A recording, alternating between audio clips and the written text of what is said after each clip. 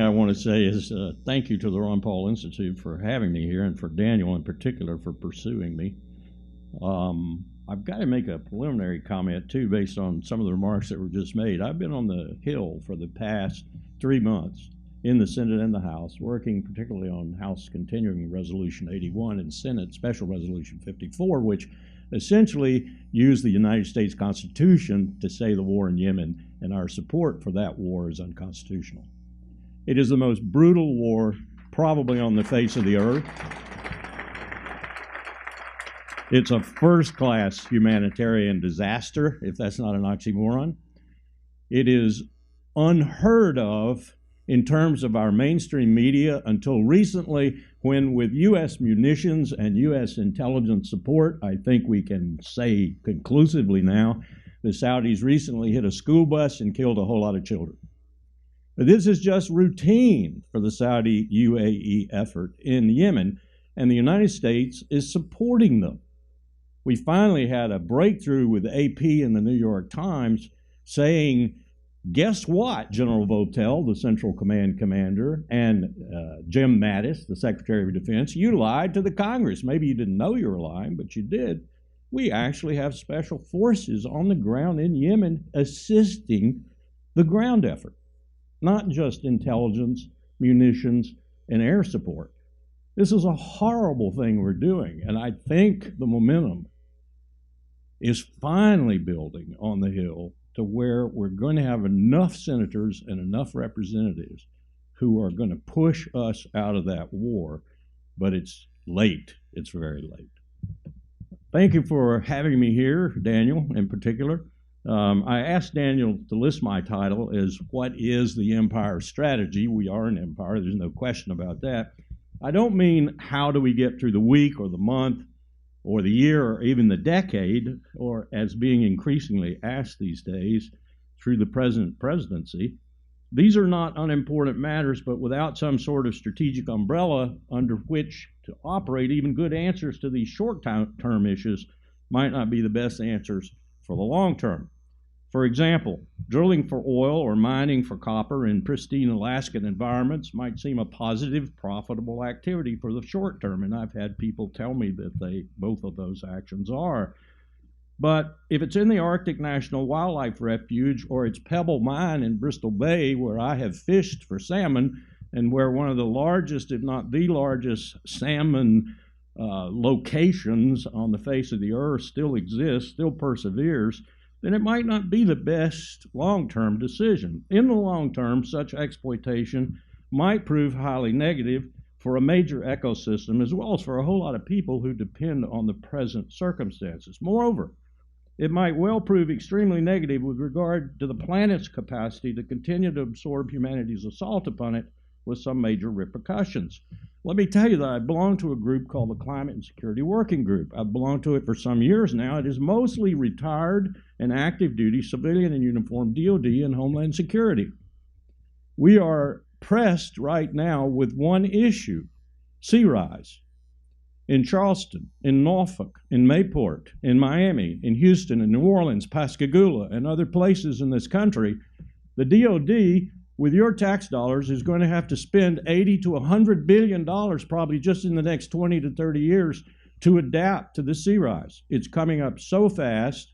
It's coming up much faster than the computer models have told us it is going to come up, and it is destroying or potentially destroying a lot of coastal military facilities. So DOD is the lead entity in the federal bureaucracy right now in trying to combat this claim. Secretary Mattis, to his credit, actually left this in his national military strategy when the rest of the American government essentially was ordered not to think about it. But a national strategy for the long term, whether in war or peace, is a true strategy. It's what some have called grand strategy. For example, the World War II grand strategy of being the arsenal of democracy and using our unprecedented and pent-up industrial capacity, pent up because of the Depression, of course, to outfit not only our own armies, but those of Britain, Free France, Free Poland, and the Soviet Union, and others, succeeded in winning a two-ocean war against the powerful empires of Germany and Japan. And almost immediately, by the way, Stalingrad and Paulus's Sixth Army, the Nazi army that penetrated the Soviet Union the deepest, Stalingrad would never have happened had it not been for that line of communications that we opened from Bandar Abbas in Iran all the way up into the southern belly of the Soviet Union and supplied the Soviet armies with trucks, artillery, guns, ammunition, you name it. They never would have stood the Nazi onslaught in Stalingrad without our logistic help. And almost immediately after implementing that grand strategy, we implemented the grand strategy that we call containment, attached, again, adroitly to our economic power, and executed fairly well over about a half century. And we ended the Cold War on terms favorable to our country. But since that war's end, and particularly since the majorly destabilizing terrorist attacks of September 11, 2001, the U.S. has had no strategy, certainly no grand strategy, nada, zilch, nothing. And as King Lear said to his daughter Cornelia, nothing will come of nothing.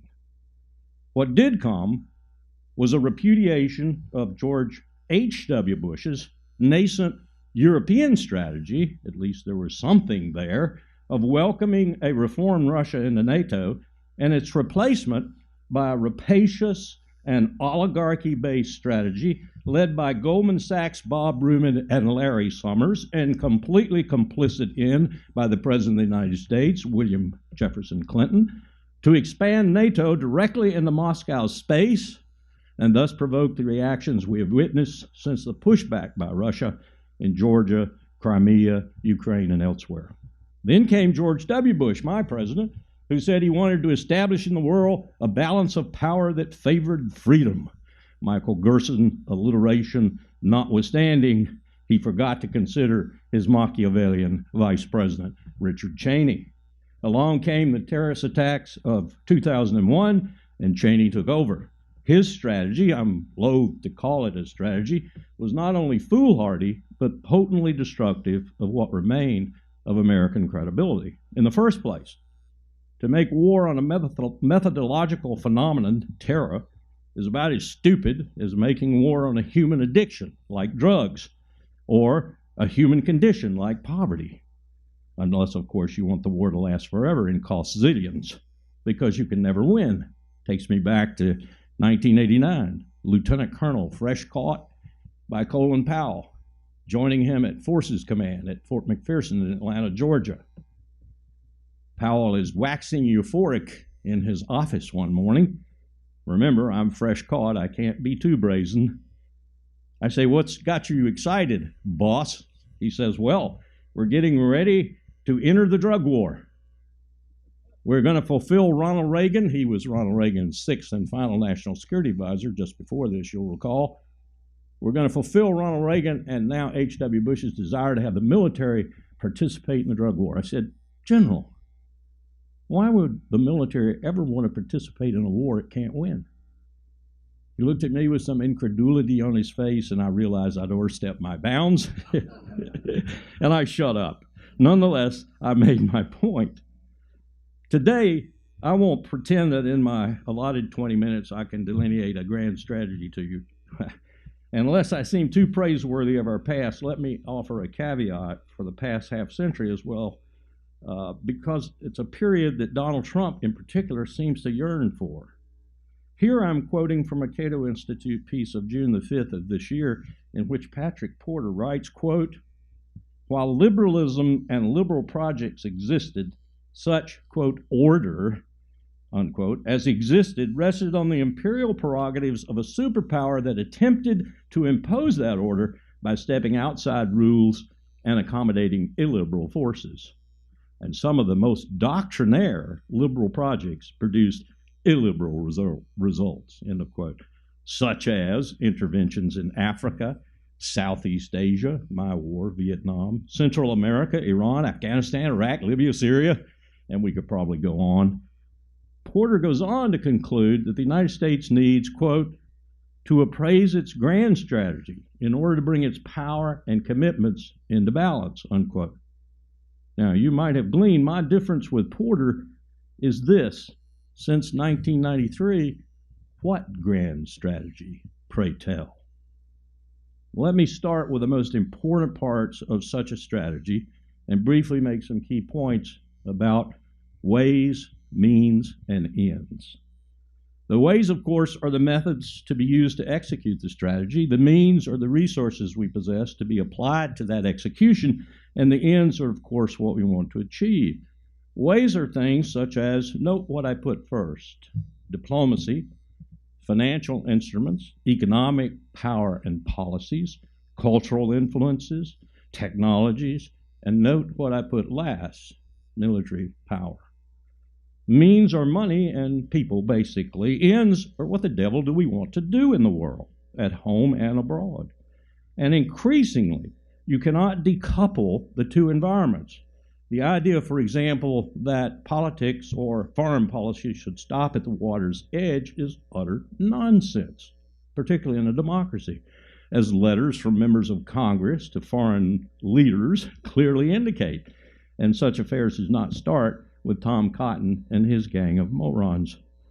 Most of my over 500 students on 2 campuses over the past 13 years, incidentally echoing what Ron Paul said last night, they're the only thing that give me hope for the future is these young people who have studied every post-World War II president from Truman to Trump. They will tell you that domestic politics influence national security decision-making almost as much as any other aspect of that decision-making. And in some specific cases, like President Johnson making the decision in 1965 to escalate in Vietnam, influence it overwhelmingly. And all one need look to for awesome proof of that today is our president and what is his strategy. As Germany's foreign minister said, rather laconically, when Trump violated the Joint Comprehensive Plan of Action, the nuclear agreement with Iran, he did it based on domestic politics, pure and simple. Anyone with half a brain knows he did. But back to our grand strategy.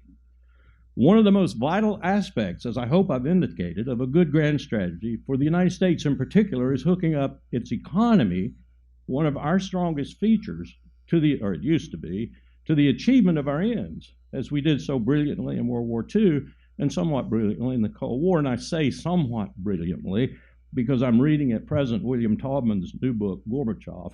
I recommend it highly. When one begins to comprehend the problems of the Soviet Union in the 1980s, one can only lament how little we really understood about the Kremlin and about the country, and as a result, how awkward and stumbling we were in helping bring an end to that Cold War conflict, which probably could have ended at least a decade earlier. And here a side note. As the Soviets discovered, principally in Afghanistan, note that using the very, very expensive military instrument drains the economy and must be avoided as much as possible.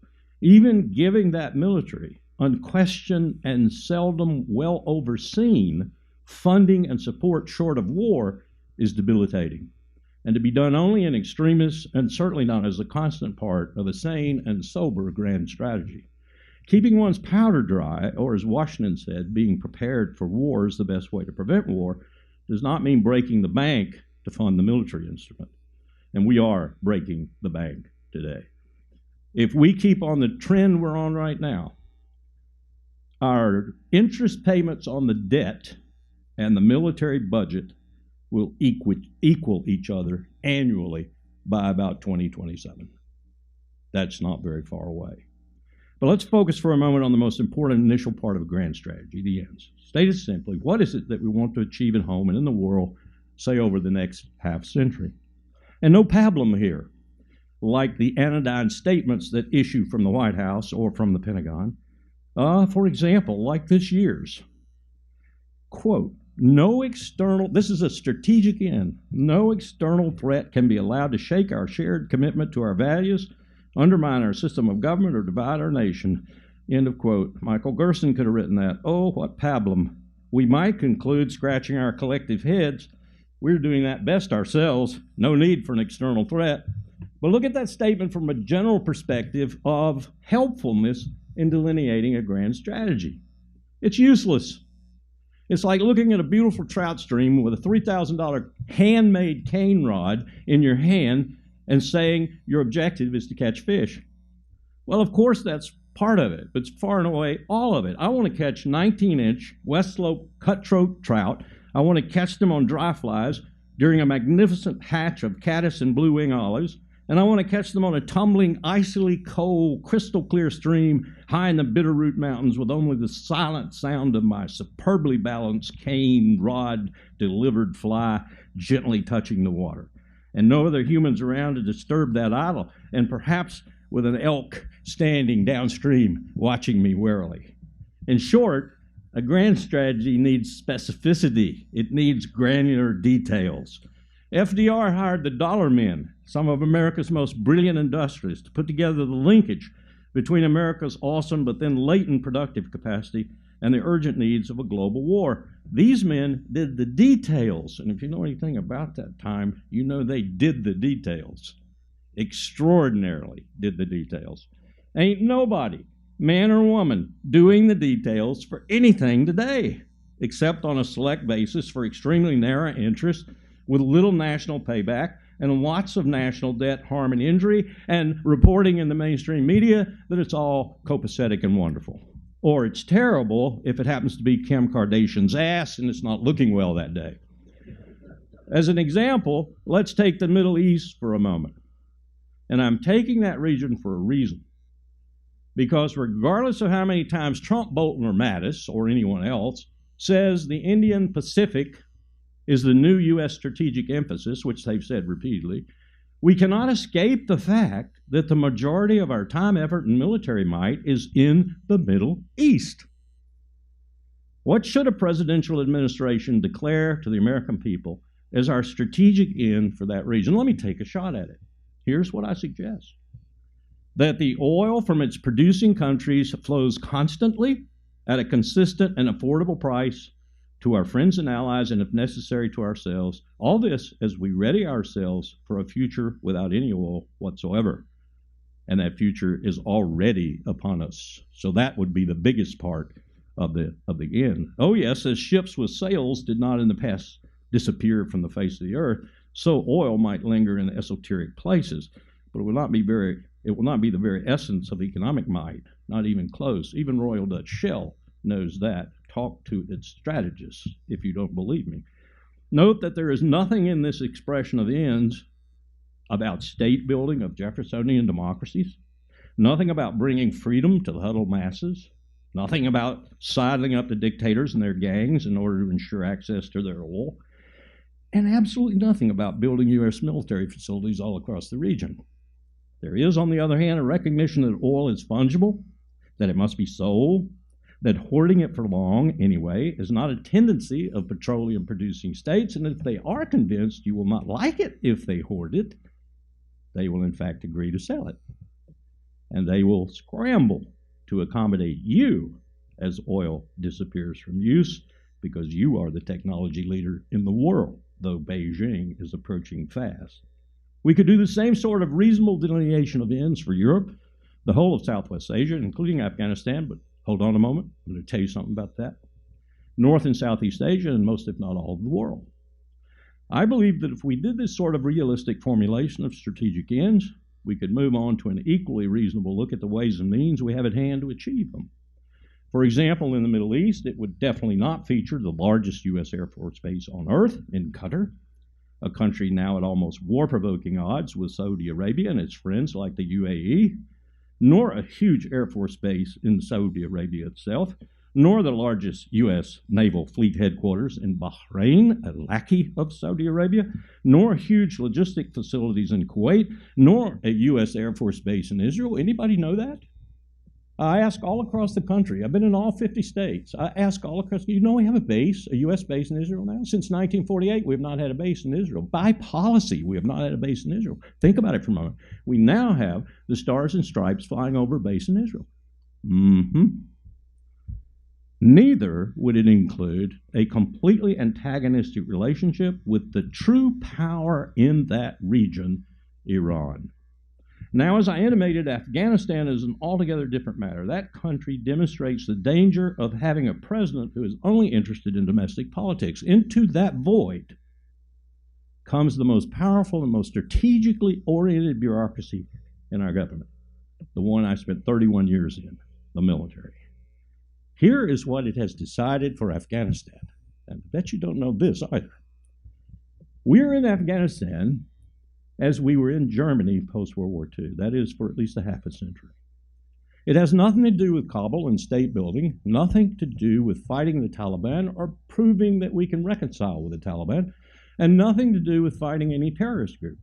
It has everything to do with three primary strategic objectives. And I really, as a military officer, as a professional, I don't necessarily object to these objectives, but I believe the American people probably ought to be told about them, and there ought to be a debate as to whether or not they want to spend their money on these objectives. First objective is to be in the place that Donald Rumsfeld discovered was the most difficult country in the world to get military power into in 2001, and take my word for it, it is.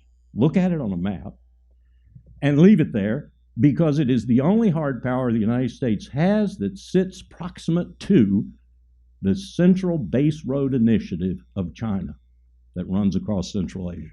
If we had to impact that with military power, we are in position to do so in Afghanistan. Second reason we're there is because we're cheek and jowl with the potentially most unstable nuclear stockpile on the face of the earth in Pakistan.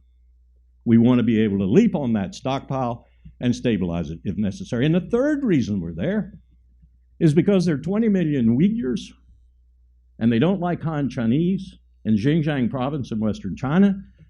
And if the CIA has to mount an operation using those Uyghurs, as Erdogan has done in Turkey against Assad, there are 20,000 of them in Idlib in Syria right now, for example. That's why the Chinese might be deploying military forces to Syria in the very near future to take care of those Uyghurs that Erdogan invited in.